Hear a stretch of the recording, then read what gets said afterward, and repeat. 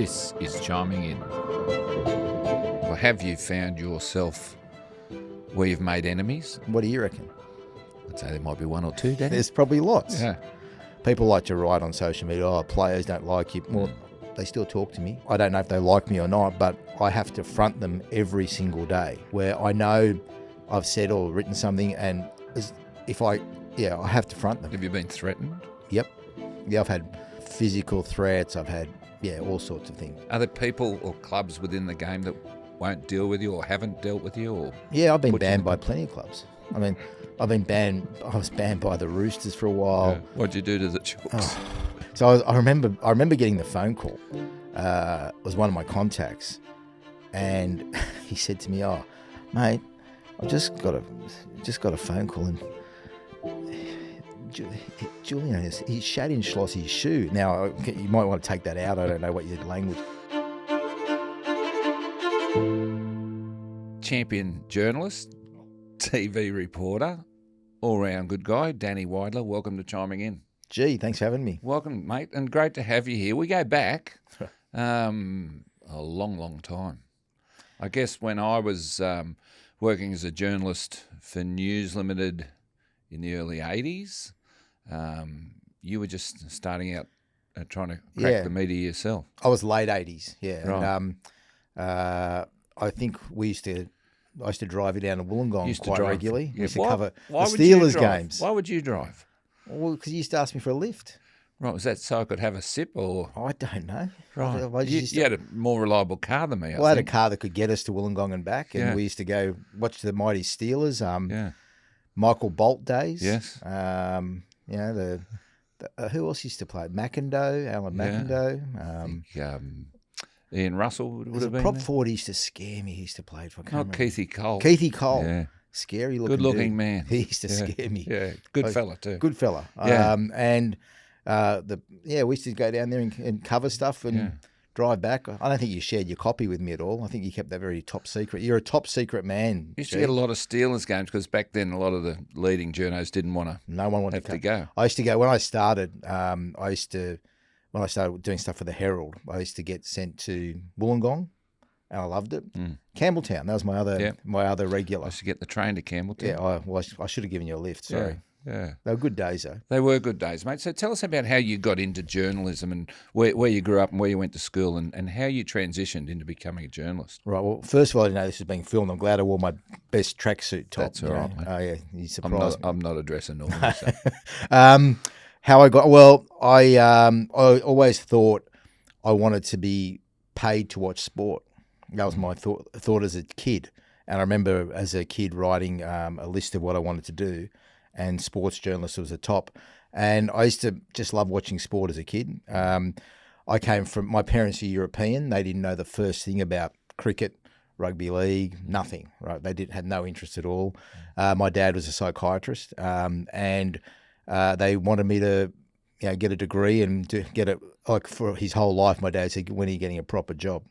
And I never got one, did I? So, so I was studying commerce at uni, but I told my parents that, look, I understand that I'm living at home, and but I also want to try and earn a bit of money by writing on the side. And one day I approached Russell Fairfax, who was the great Russell Fairfax, who was writing a column in the local newspaper, the Wentworth Courier. Did you know Russell? No, didn't know him. Right. Just out of the blue. So you went up to him? Yeah, and said, "Look, Russell, I see that I think he was a marketing manager and maybe reserve grade coach at the time. And he went on to coach first grade too. I said, "You must be too busy to write a column for the Wentworth Courier." And he said, "Yeah, I am. Write me a column." I wrote one and he liked it, and I just started writing for free for the local paper. Yeah. I took half a dozen of my columns then to Big League, to Peter Peters, and Zorba said, "Well, write us a couple of stories, see how you go." Were you writing for Big League at that time? I doing some would have done some stuff. Bill Morty was there. Yeah. They're based not too far from here at Buckingham Street, Surrey Hills. So Zorba's an intimidating character. He was so kind to me. Yeah. Why do you think that was? I think he enjoyed mentoring journos. Yeah. I think that he did similar stuff. I think Dean Ritchie, Bullfrog, whatever you want to call him. was another one who got a lot of help from Zorba at the start, and Peter was Zorba was really great to me. I remember I used to file acres of copy for them. Tuesday night we'd put the teams out. That was always fun. There'd be a bit of a feed. I'd have to go to the local pub and buy Bill Morty his favourite drink and bring it across from the pub.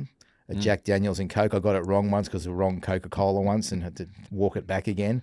And they used to smoke at the desks and put ciggies out on the tables, and they were different days, but great days for me. I learnt a lot from those guys, and I gradually took my work around. I did work for League Week, Inside Sport, worked in radio, all through just being present and persistent and telling people I wanted to do stuff. And you started off and you worked for nothing in those days. And I did get paid for those big league and all that sort of stuff. But there's a lot of time you did a lot of stuff where you didn't get paid. So Russell was a cold call. Yep. Was Peter Peters a cold call? You rang him. Yeah, just introduced yourself. Yep, walked up in the office, and that's actually where I first met Tony Mundine and Anthony Mundine.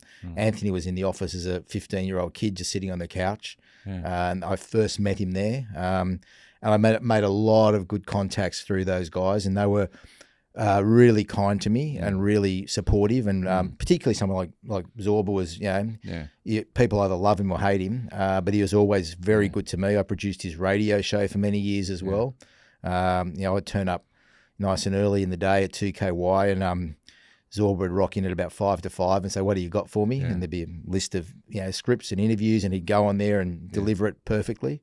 So that's basically how I got to start through getting up off my backside and trying. And that's, and journos today, young journos, that's what I'd say to them as well. That's, there's not a formula for what we do. Is cold calling a skill, a talent that you've either got it or you haven't? You've got to be brave or courageous to... I think so, but I'm actually a very introverted person. I'm very shy. And I like to keep to myself a lot. And so to do that, I had to work up courage. Like I remember, you know what it's like. You'd ring up, someone like Jack Gibson at home. I'd be shitting Wally myself. Lewis or Wally or Wayne Bennett at home. You'd ring them as a kid, and you'd the fact they'd take your call back then and spend half an hour on the phone to you that's a pretty good job, isn't it? When but you'd be edgy about it, and it's even to this day. Like I approach players, and I'm still respectful of their position. But you've got profile. They know who you are now. Back then, you're ringing these no people idea. and saying, "Who's this bloke? What's he want?" And look, and probably a lot of players to this day don't know who you are either, because they're more of them. You'd be surprised. Actually. Well, they're not. I don't know if they're watching mainstream media or reading what we do. I don't know if any of them know I write a column. I just don't know. But I guess because you're in TV, it gives you a profile. You can be in a room and they'll say to each other, "Who's that bloke? Yeah. I've seen him. What's he do?" And that they talk amongst themselves, and eventually, I'm sure they. Well, you manage these guys, and you probably tell them how to deal with people like me now. But that's how I got my start. So you're in at the ground floor, like writing bits and pieces and scrapping and trying to build a profile. When was your next big break? When did you sort of crack one of the major type? Well, it took me a long time. It took me. Ian Heads gave me a big a leg up to get a job at the Sun Herald. I was 26, so it took me 7 or 8 years to get into the mainstream media. There's probably a lot of people who wish I never did. This is about the time you started driving Miss Chimesy to the footy, is it? I think I was before that. I was freelancing for the Herald. Right. So would have been So when I was about 26, I used to sit next to Kenty at the Sun Herald. Right. And he was already there. And Ian Heads got me a start there. I'd been at League Week, and he gave me a recommendation to the sports editor, Ian McKinnon. And they were fun days. Ian McKinnon and Rick Allen, two very good newspaper men, were tremendous to me. They drove you hard. They wanted story like Sunday papers. It was Sun Herald versus Sunday Telly, and those were big days. Like that's when everyone sort of the circulation numbers were pretty big. and the rivalry was pretty fierce and enjoyable. So how do you climb the food chain? I guess you've got to get cred, and to get cred, you've probably got to break stories. Yeah, that's the whole thing. So you've got to prove yourself as a competent journalist. The reason you get those positions is, League Week, I don't think I was fantastic. I just think I was competent. And I'm not saying I'm fantastic now either. Great by the way. magazine, by the way. Lee. Yeah, it was great. It was great fun. And I also worked for a magazine called Sports Weekly. So you develop your contact book is what it's all about, and getting people to trust you. And like I've still got contacts from 30 years ago, more. Yeah. Who I deal with. Yeah. I mean, someone like Gus, I've known for since the 80s or late 80s. And other people as well. Like I've just known these people in the game, Nick Politis, yourself. I guess if you're around for a while, people get to know you, and that's how you get a level of trust. Not everybody likes you, and you try and understand what the contact wants and try and be loyal to them as much as you can. So how do you get to be close to someone like Gus, who is a bit like yourself, a little bit introverted and doesn't trust people, and you've got to win his confidence? So how do you as a rookie get to do that? Good question. I remember many years ago, I was on about my second or third date with a girl, and I turned up at this house on the north side somewhere. I can't remember the suburb, and to pick her up. Yeah. And there, sitting on the couch, was the lead singer of what was a band called Boom Crash Opera. And sitting next to, because this guy, her stepfather managed bands, and sitting next to the lead singer of Boom Crash Opera was Gus Gould. I thought, oh God, what are you doing here? Yeah. And he said to me, what are you doing here? He's eating a packet of Twisties, lying on the couch, having a can of Coke. And so I sort of got a little bit of a bond through that. So I was his best mate was a guy called Ross Seymour. You'd remember Ross. Ross. And I was dating his stepdaughter. Right. So I got to know Gus a little bit that way, but also then through football. Yeah. And we just hit it off. Yeah. We've had our ups and downs. I'm sure you've had your ups and downs with Gus. One. Only one. Yeah. You going to tell us about it, or? Oh, I'll happily tell you about it. Yeah. So many years ago, when I was a young reporter at the Telegraph, and Gus was coaching Freddie at Penrith, and Freddie was just coming through. And I rang Gus one night, and Freddie was 18.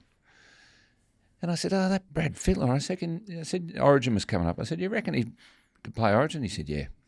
I said, "You reckon he's ready?" He said, "Yeah, he's ready." And then the conversation moved on to other stuff. But because he said yes, and yes, he's ready, I knew I had a story. Can see the headline now. Freddie's ready. Freddie's ready. Right? Yeah. That was the back page headline. So the next day, headline, Freddie's ready, phone rings, and it's Gus, and he went off his chops. I've had that phone call. He said, "I never said that." I said, "Well, you did." He said, "Well, I didn't know you were going to write that." And I said, "Well, you said it, Anyway, he slammed the phone down and hung up, and I thought, I'm gone. I've lost Gus, who I'm trying to build relationships with. I was just at the beginning of my career. So I rang Joey Thomas, who's a mate of Gus's, and I said, "I need your help." I said, "Can you ring Gus and calm him down? He hates me because I've written this story, Freddie's ready." And Joe said, "Did he say it?" And I said, "Yeah." He said, "Yeah, he's ready." And he said, "Stephen, I'm going to give you some advice." This is Joey Thomas. He said, "I'm going to give you 3 words of advice. You listening?" I said, "Yeah." He said, "Here we go." He said, "Be a man." And I said, what are you talking about? He said, "Be a man." I said, "What are you talking about, Joe?" He said, "If Gus said that to you, ring him up and tell him to get stuffed. Be a man. Stand up for yourself." I said, "Really?" He said, "Say it after me. Be a man." I said, "Be a man."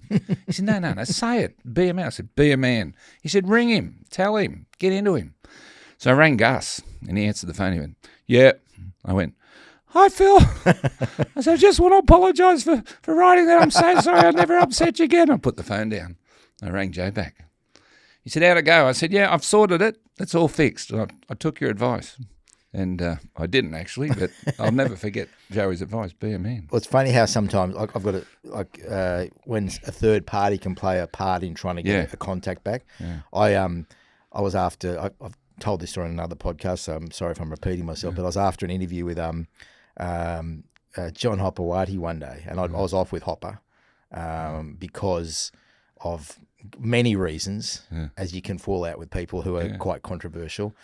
But we needed him for something to do with Will Hopewadi and his future. I thought, how am I going to get him?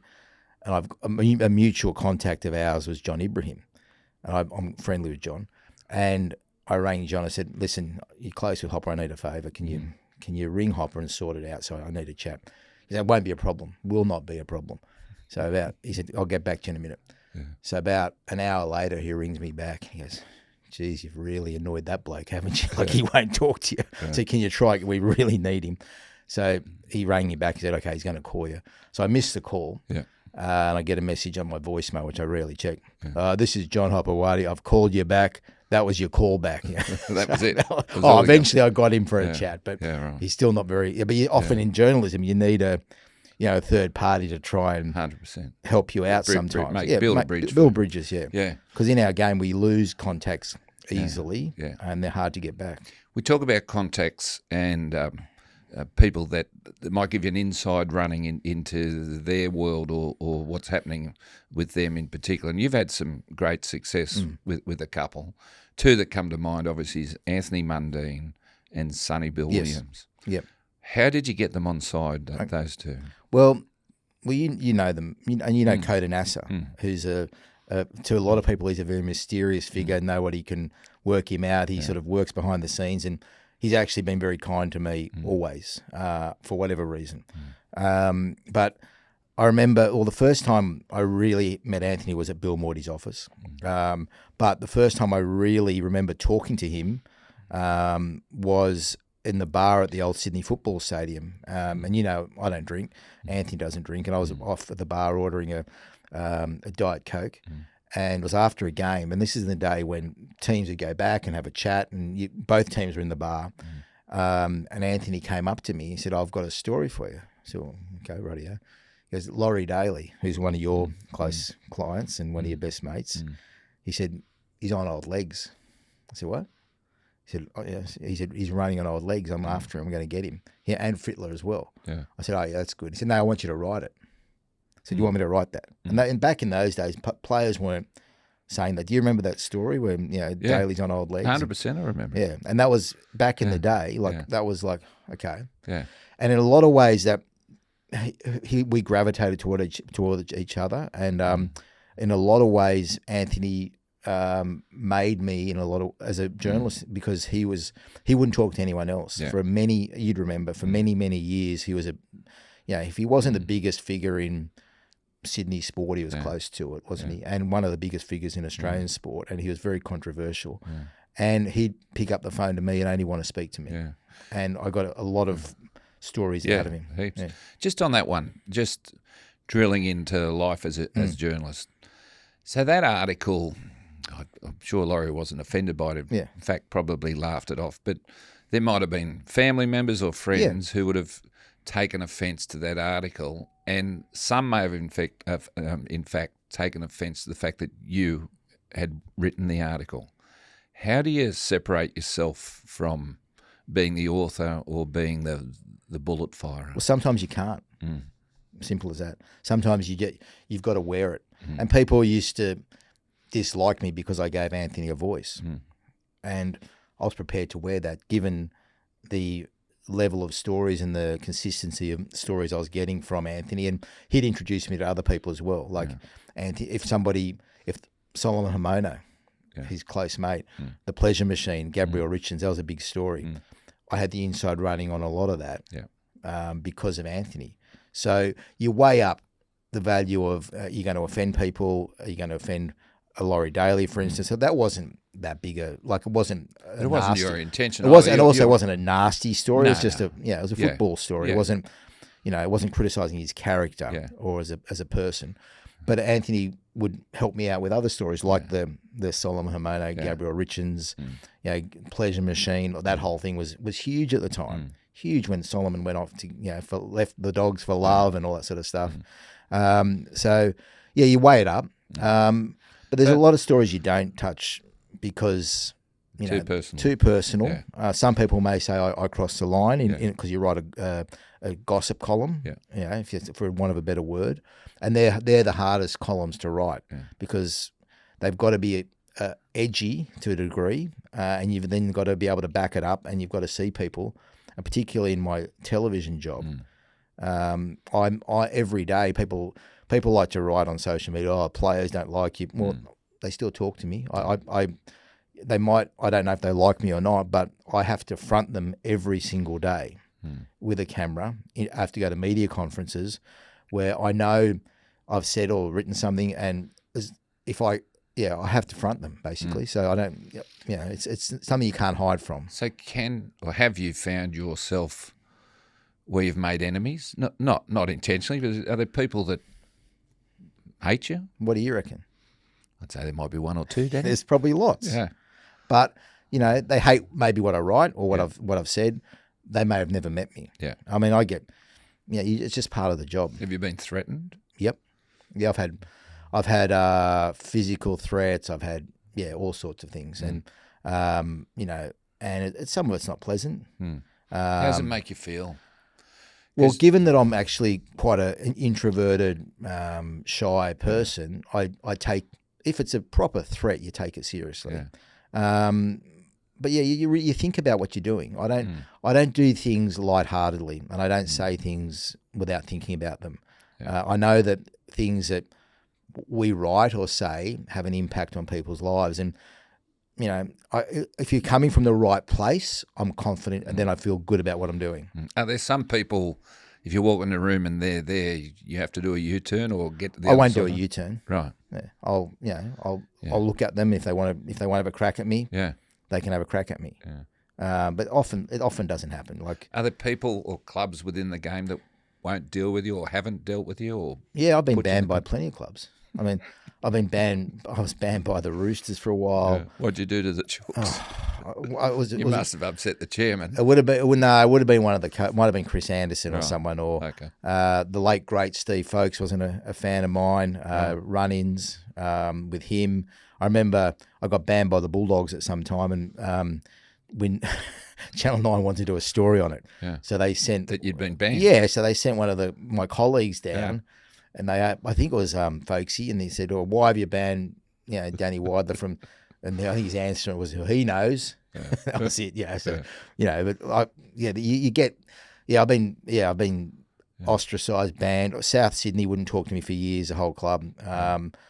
But you just go through those periods, and if you know what you're writing is right, I'm okay. And if they want to ban me as a result of it, I'm okay with that.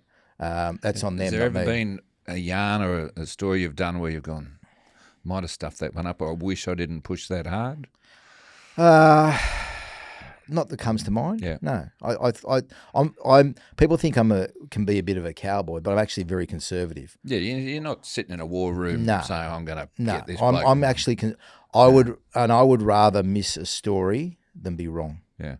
Simple as that. So you check things. You check and you stories. have to with your column. You check stories, and you've got to be careful. And as I said, I'd rather err on I'll often know more than I'm saying or writing, and if I can put the bones of a story out, and someone else can jump on top of that and do some more research on it and get more to it, I don't mind that. I'd rather be conservative in what I say than outlandish. Although people think that I'm outlandish, which is, I find that weird because I often will know a lot more than I'm prepared to say because I'd rather be a bit cautious about something. Yeah, and then you can do your part 2 and 3. There's more to it than just one story. So you've broken some big ones. So let's run through a few, mate. Russell Crowe, the purchase of South Sydney. That was you. Yep. Yeah. Tell us about that one. Well, I got a tip off that he wanted to do it. And this hadn't been mooted or written anywhere. No, and from memory, my memory's not great, but from memory, I fronted him on there's a Cinderella Man, the movie was coming out at the time, and I fronted him on a red carpet. This is you cold calling again, isn't it? Yeah, and I put it to him, and he said, "No, you're not right. I don't want to do it." Then I kept digging. I eventually had Nick Pappas, South Sydney chairman, I think, confirm it. that Russell was wanting to buy the Rabbitohs with Peter Holmes Accord. Again, this is from memory. I can't remember exactly the words he said. And then I went and re-interviewed Russell. I went and watched his band, 30-odd Foot of Grunt, at South Juniors. Right. I went and watched them. Did you pay to get in? Paid to get in. Yeah. And afterwards, I asked him for an interview, and we sat on 2 milk crates out the back of South Juniors and talked for about half an hour about South Sydney and turned it into a story. And about his passion for South. Yeah, and why he wanted to buy them and all of that. And then I became close to Peter Holmes Accord as well. Yeah. He was an interesting character, always very kind and generous with his time to me. And eventually it all happened. The vote was a massive story. You know, you're a big part of that as well around that time. You're close to a lot of those people. And then when Russell did the press conference announcing it, when they won the vote, he said at that press conference, he said, Danny Weidler put this thought in my head, which I don't necessarily, I think the thought was already there. I think it was already in motion, but he name dropped me at that, and I thought, wow. Award-winning story? Walkley Award for that, yeah. Which is the highest award you can get. Yeah, and that was, we're not writing for awards, but it was nice to get that, It was nice to get that. A couple of other yarns, this one also related to South, the famous Slossy shoe. Yeah. Were you not as were you at that game, that trial? I'll tell you what happened. Yeah. Was it Dubbo? It was a Dubbo Maytel, and so this is Julian O'Neill, and there ended up being a lot of stuff spread around. Yeah, and he hotel room. He left something in Slossy's shoe. He left something. Yeah. Well, I'll tell you what he left. Yeah. So I remember getting the phone call. It was one of my contacts, and he said to me, "Oh, mate, I've just got a phone call, and Julian, he shat in Schlossy's shoe." Now, you might want to take that out. I don't know what your language. Maybe you have to beat that. Yeah, it happened. Yeah. So I wrote the story. And like it was, and it's still talked about to this day. Yeah, which is weird. Yeah. There was a lot of. I remember, I've got vague memories of a story of when was it Tricky Trindle might have had his ear bitten off at a nightclub. Yeah, I wrote that story. Right. It was at the old Dolphin Street. What was it called? It's down that way. Yeah. I think Nat Wood told me, or one of those guys told me that they put Tricky's piece of his ear in a glass with ice and took it to the hospital. That's right. Is that I did that story. So I mean, back in the day, things were a lot wilder. Yeah. Like you think there's scandals now, but there was stuff going on that were newspaper stories, but would have been national stories now if that sort of stuff was going on. Yeah, there was no real social media back then. No, it was a lot better. Like social media has really stuffed things up for. You can be sitting on a story and it can be gone in an instant. Well, you know what it's like. Yeah, you'd have. You've got this for Sunday, and you're counting down Friday, Saturday, and all you'd have to do, you'd open the paper and the next day, it's not there. That's good. Now. I mean, I know you had Buzz on this podcast. He'd be in the same situation. You and Buzz mates? Buzz Rothfield? I think there's a level of respect there. I don't know if he respects me, but I respect his longevity and what he's done for a long time. We come at things. Competitors, aren't you? Yeah, we're fierce competitors. So you write your column. Yep. And he's got What's the Buzz? What's the name of your column? It's just my name. Right. So, yeah, basically. Yeah, and on Sundays. It used to be called The Last Word many years ago. Okay. But yeah, and like we're fierce rivals. Yeah. We butt heads, but as a journo, I respect what he does, and he's very loyal to his company, and I'm loyal to mine. Yeah. I don't know whether that loyalty is going to be, it might be blind loyalty, but it might be misplaced loyalty, but we are. So on a Sunday, will you read his column and read yours and say, I got him today? Is that part of the competitiveness? Or? Probably more back years ago. Yeah. Now I write my column, and if I'm happy with it, I'm happy with it. Yeah. But sometimes if Buzz has got a good story, like I'll message him and say good, and vice versa. Yeah, right. If we've given each other a serve, I might send him a message as well, and he might send me one. You just talk if you bump into each other? Yeah. We didn't for many years. We didn't. The rivalry was a lot more fierce. Yeah. He used to write a column, and Rebecca Wilson used to write a column, and it was vicious. It was really vicious. Now I think it's pot shots at each other. Yeah. It came out of Super League. Yeah. You remember that time? It was really nasty. And you talked about where did I bond with Gus a bit over that time as well. That whole Super League stuff. I mean, I was quite young then, but the spin-off of it was that I became close to him.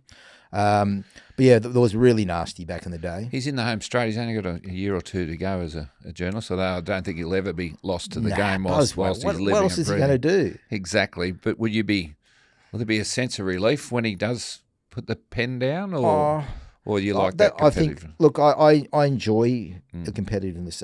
No sense of relief, no. Yeah. It'll just be, I hope he gets a good send-off and the respect he deserves from his company. But no, he's been a good journo for a very long time, and I respect that. Just on other stories you broke, mate, there was something about the dolphin. What was one with the dolphin? That was I don't want to be just bagging Julian O'Neill all the time, but there was a story about old Julian was on a cruise somewhere. And again, I hope I'm not landing myself in hot water, but I remember there was a guy in a dolphin suit called Danny the Dolphin. Right. And He's a mascot, wasn't he? Mascot, and I think Julian may have set the costume alight. That can and swam back to shore. Right. You might want to check that before you publish the final version of this, but that was my memory of it. You wrote something. Yeah, around that time, yeah. And as I said, there were pretty wild stories back then, which players would have been, some of the stories, I'm not saying that one, but some of the stories, players would have never been allowed to play the game again. Like poor old, the Todd Carney bubbler thing was probably very mild in comparison to a lot of other stuff that we saw. Yeah. That was a story. That was a bizarre story. I remember the day of the I think Buzz put the photo out first about Todd and the bubbler. Yeah. And I was actually quite close with Todd, and I still consider him someone I have a good relationship with. And he wanted to give me the story about what happened on TV. And I thought, how are we going to do that? Like, it's like there's half a dozen news crews out the side of his house, and so he was going to talk to you exclusively from for an interview for the news, right? And like I said, Todd, that's all well and good. I really appreciate you, wanting to help me out and get your side, but you're not going to get out of there without being jumped by Channel 7, Channel 10, ABC, whoever else was there, Fox News, whatever. So don't worry, I'll meet you in a park at 3:00 down the road from my place. And 3:00's a little bit late in news time to interview somebody, produce a story, write a story, and get it to air. Like, you're getting a bit edgy. I said, okay, rightio, let's hope it happens. So I rang the newsroom and said, leave a place open. We're going to have Todd Carney talking. I said, okay. So I didn't know how he did it exactly, but he told me he got in the boot of, I think it was Daniel Groth's car, which is Eric's brother, Eric Jr.'s brother, and drove out of his apartment that way. No one saw him. So he came and saw me. Sat on the bench, talked about it all. I think he must have got back in the boot, or he went somewhere else afterwards to get back home. And he was open about it. And that story was big at the time. But honestly, in comparison, you would have heard stories back in your day. Oh yeah. Well, I've been Tommy and all. Yeah. I've been out with footballers. Remember the old Archie's nightclub at Bondi Junction? Yeah. I've seen when I was young, and this is when it would have been $1 drinks on a Wednesday, I think. Well, this was after a game. Wow. Imagine letting us loose in a $1 drinks night now. God forbid. Anyway, I remember being in a nightclub with these guys, and a few of the Roosters, they were when the Roosters were in some pretty dark days and weren't a great team, and I saw 3 or 4 footballers knock a wall over. Just at Archie's. Okay, that's unusual. Luckier than no camera phones back then. But there's a lot more happening. Yeah, now it's League Stars destroy nightclub in Rampage, and it would have been a 3-week story. Yeah. It's just different days, and I understand why the days are different. I'm not, and I probably prefer the old days without the social media and camera phones and all that sort of stuff. But that's what time we live in, and you've got to move with the times. So you obviously get your stories from contacts and from having your ears and eyes open, but do you get random tips where people will ring you or text you or email you and say, so-and-so and so-and-so? Some of the best stories I've got have been from anonymous sources or from people who nowadays enter your Twitter, like they might message you on direct Twitter message you. or email you and anonymously, or like, because I'm out and about, like, people come up to me and say, hey, listen, not very often, might happen once a year. This happened here, this happened there. A father of someone came up to you once, the father of a young girl who some bad things happened to her from football players, and I just bumped into the guy at the airport and said, "Hey, listen, I need you to take this up on behalf of my daughter." And so things like that can happen, and I guess that's where being on television, gives you some sort of profile to a degree, and that can be helpful. But yeah, a lot of stuff comes from people. I think a lot of your best stuff comes from the places you'd least expect it to, and that's why I chase up every tip off I get. It might sound weird, but what I've learnt in this game is that often the more weird or strange things sound, the more likely it could be true. Because some things you hear and get sent, it just can't be made up. It's just too strange to be made up, and it can often be a story. So from a news chasing point of view, from a television aspect, you're a bit of a trailblazer.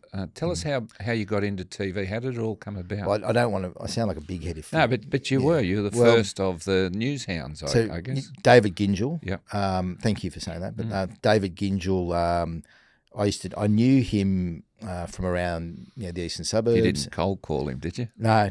He I knew he was working for IMG many years. He was. Do you remember that? Yeah, I do. Yeah. And he had a surf shop down at Bondi. surf shop. I think he's still got it too. He could have. Yeah.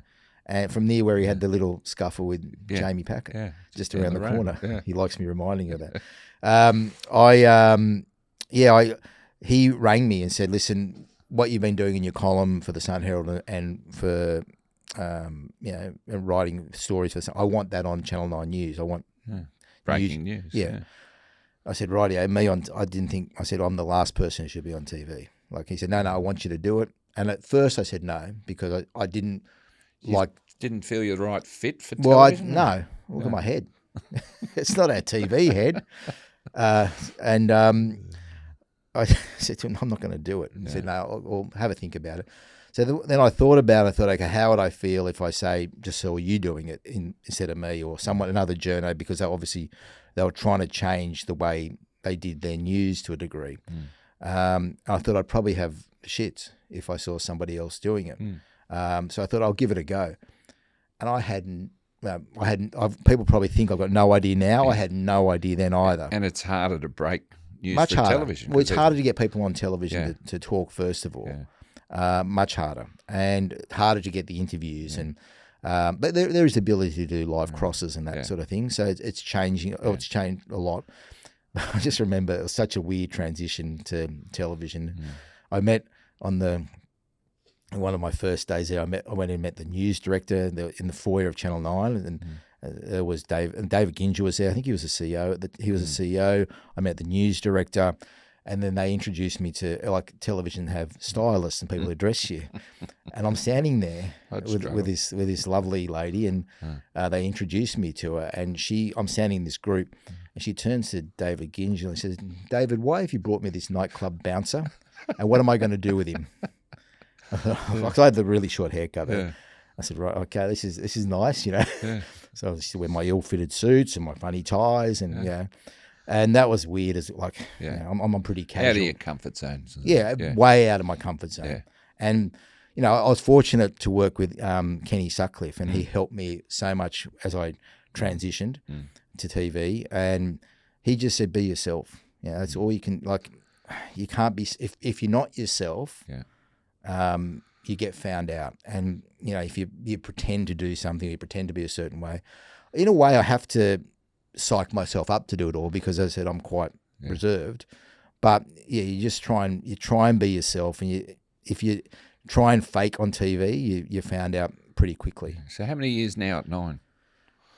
2004 I started, so 21 years. Right. I'm still learning about it all. I'm still, I still enjoy doing it, and I don't love being on TV, but I like the job, and I really love the people I work with. I work with some really great journos, good people. The newsroom at Channel 9 in Sydney would have to be, I think, one of the best newsrooms in the world.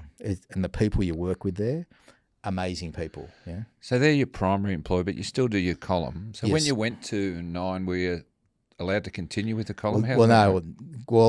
So for some reason, Ginge said, this is before 9 and Fairfax were, bought in by 9 Entertainment.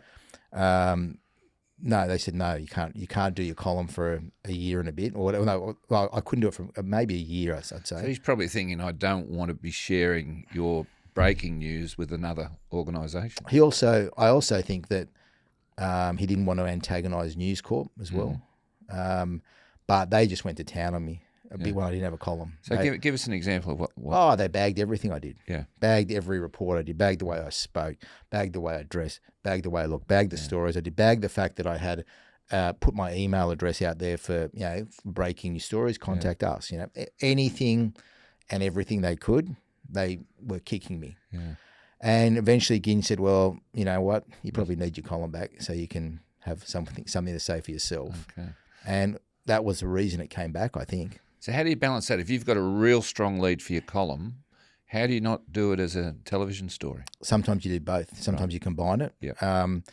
Like on a Saturday night news, I might have to break it and then it appears in my column because they can put them online whenever.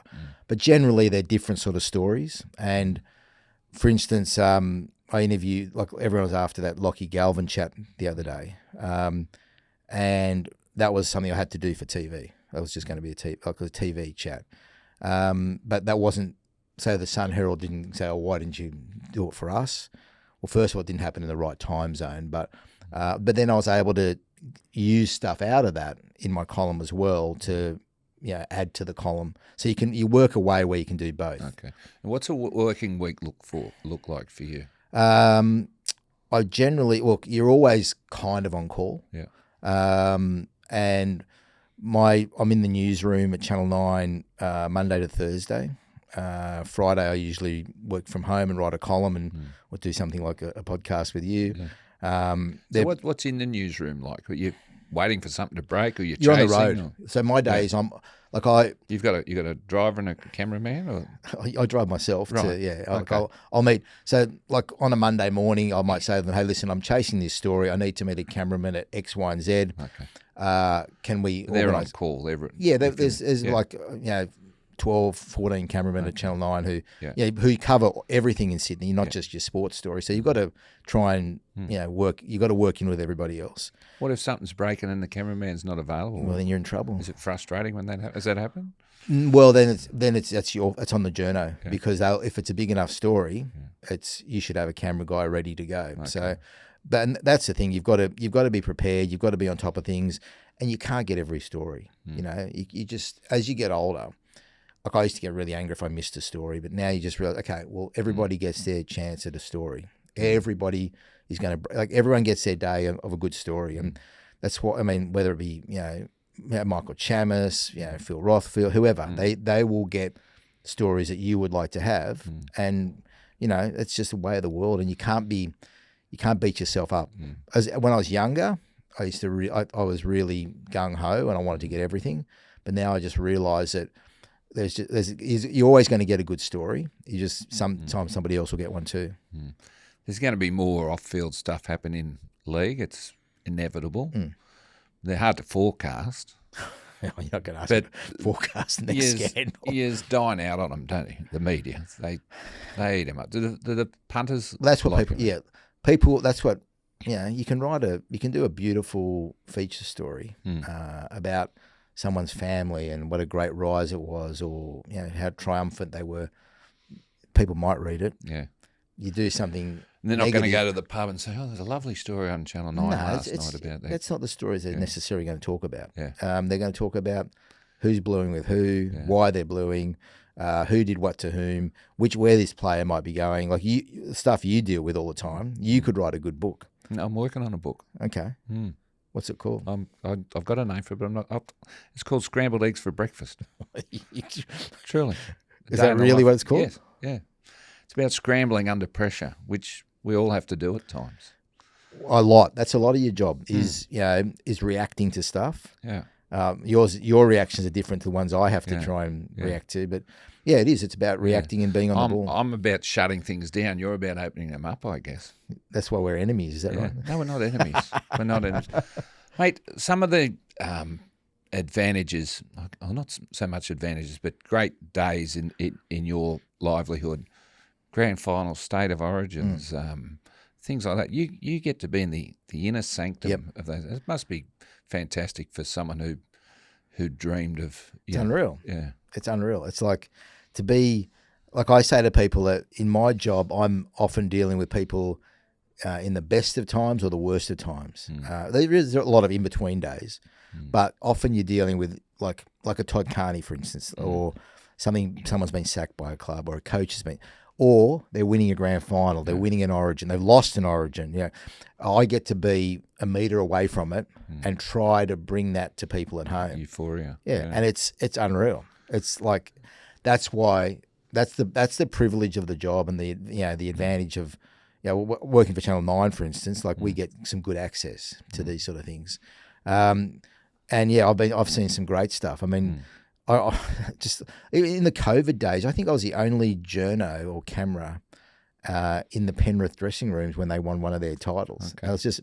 And there was no one else. It was just like the team, my cameraman, myself. And is this because Nine had access to the game? And because people weren't allowed during COVID. Like I think I was, from memory, it felt like I was there almost just with the team as they're celebrating, which was fantastic. And I've got to do other great stuff. Like for me, like career highlight. I've done a lot of great footy stuff, but I got to go to the US Masters, and that for me, as I was a golf nut as a kid, I worked in golf magazines, and I used to love playing golf before I had kids. And to be at the Masters was kid in the candy store. Sort of like I couldn't get enough of it. It was like living a dream. And there I was allowed to walk inside the ropes on the holes, interviewing, interviewing. You know, I was the Aussie contingent. Yeah, I was this close to Tiger Woods, sort of. You know, like that sort of watching him walking around as he's practicing, being at interviews with him, like that sort of stuff. We're so lucky. So you meet famous people. Yeah, Luke Longley at the second state of Origin. Did you see him there? I saw a photo of you and Luke, and he's got you by about that 4 much. foot. Yeah. He's a big tall, boy. Isn't he? Lovely guy. Yeah. Like I sat down on a couch with him because he was waiting to talk to the Blues the other day. Yeah. And I said, "Do you know much about footy and stuff?" He's like, "Could you give me a bit of background about stuff?" And he wasn't huge on rugby league, and so he was talking to the Blues about his story. But I sat down with him for 25 minutes and just talking about rugby league and state of origin and what this meant and where Queensland were, where New South Wales were, and who some of the players were in the team, and where they were all at in their careers. And he just listened to everything, and he was a terrific guy. But yeah, I've interviewed him. I've interviewed Greg Norman, Dennis Rodman, big time boxers, Roy Jones. Do you get to do great stuff in this sort of job. Is Russell Crowe a friend? Would you call him a friend today, or? I would say he's a contact. Right. Like he's someone if I can probably ring. I've got his phone number. Yeah. But I think I must have annoyed him with something I've done somewhere down the track. Sure, because I'm not getting as many messages back, or I'm not getting as many emails back. I think who he's close to at the moment? Dennis the Bullfrog Ritchie. Oh, is he? Yeah, I think he's very good team with Doggy. We talk about friendship, so you would have a lot of friends in rugby league. Well, yeah. Well, look, I'd say, you know what, I sort of keep myself a bit and some enemies, lots of enemies, but I keep myself at a bit of a distance from people, because I know that if I get sacked tomorrow, which some people might hope I do, I would know that in the rugby league world, they're not going to be, those people aren't going to be ringing me to see how I'm going. There might be half a dozen players who might keep in touch with you or whatever, or coaches or whatever, but I've got my own life. I know where we've got a role in this game, and I think it'd be foolish to think that I was friendly or close friends with these people. Like I've known you for a long time, right? And I consider you a friend, but we don't hang out. No. We don't go for coffees. Drink. Well, I don't drink. You're no good to me. No, but you know what I'm saying? Like I keep myself a little, not only because I'm a bit shy and also because I'm introverted, but also because I have a life separate to what I do, that's the life I value more than anything. I've got 3 beautiful kids who I cherish, and that's what matters to me. So what's your downtime look like? What do you do? I don't get a lot of downtime at the moment. Like footy season is full on. Yeah. But I love skiing, snow skiing. I like doing a little bit of training. I've just got into ice baths and all that, infrared saunas and Pilates, and I'm probably late to all that, but I enjoy that. I enjoy doing some bit of boxing. I enjoy that sort of thing. I love movies. But I live a pretty quiet life. I'm not outlandish or anything like that. Other sports? What other sports do you like? To watch? Yeah. To be really honest with you, I love rugby league more than anything. Yeah. It's rugby league here. In summertime, I love watching cricket. Some of my greatest memories as a kid are watching World Series cricket, West Indies, all that sort of stuff. And I really like watching cricket because now I don't have to cover it. So I get to watch it as a fan. I get to sit on the couch. I don't go to the cricket much, but I get to sit on the couch and watch the commentary and watch it all unfold. And I absolutely love it. I can sit there all day, particularly if Australia are batting, and watch Australia bat. My ideal day off is hang out with my kids, watch a bit of cricket, and go for a swim in the ocean. That's pretty simple. And you got a core group of mates away from footy? Yeah. My mates are I like a lot of my mates would never ask me about anything about football. Yeah. Not a thing. Like they're just interested. They probably know you don't want to talk about it either. Well, but I don't sit there talking about their banking jobs either, or what's going on in the legal world. Or, sure. We just talk about stuff like. But I've got a good core group of mates, and we keep my work stuff very separate, and that's not saying I'm some sort of no. I understand that. I understand it. I'm similar, mate. Yeah. What about the game? Where's the game heading? Expansion? How do you feel about where the game's tracking? And give us a forecast of where it's going to be. I think. Look, I like the idea of the Perth Bears. I don't like what they're doing with it at the moment. I think that. It's really questionable, the NRL, some of the appointments they're making, and I've said that directly to them. I think it's. So you're questioning Mal as coach? Well, I'm more questioning the CEO they've put in, and I've told him that. I think Mal, as long as he's surrounded by, I think Ben Gardner's been appointed assistant. He's certainly been mentioned. I think he's got the job. He'll be good. Yeah. But Mal is a great man manager, but he needs nuts and bolts with him. And as long as that's there, and Mal hasn't got a big ego, which is the best thing about him. So he'll be really good at selling the game. He's a fantastic salesman, and he's a fantastic leader, and he understands connection, which is the big word these days. So he'll be good in that area. I think that's I like the idea of Perth Bears. I think PNG is. Danger, Will Roberts. Like, seriously. It's a mountain to climb, isn't it? It's going to be a challenge. I think I don't like it at all. I don't know what it brings to the game. In PVL, we trust, mate. Well, I think he's got most things right, but I question a couple of things. Like his COVID stuff, PVL, unbelievable. His general leadership, unbelievable. The way the game's going, unbelievable. But you can't just say everything is great. Yeah. Because it's not. You got to think outside the square too, but Well, and he's doing that. Yeah. He's doing that. Outside the circle or the square? Is it? Oh, square for me. Yeah. Oh, I think in circles. Okay. Yeah. Hey, so we've just had a quick snapshot of the future for the game. What about the future for you? Where are you headed, mate? I'm working till they sack me. Right. So I've got two grown-up kids. I've also got a beautiful little 5-year-old boy, and I've got to put him through school. And so my goal is to keep working so I can educate him and give him the best chance at life.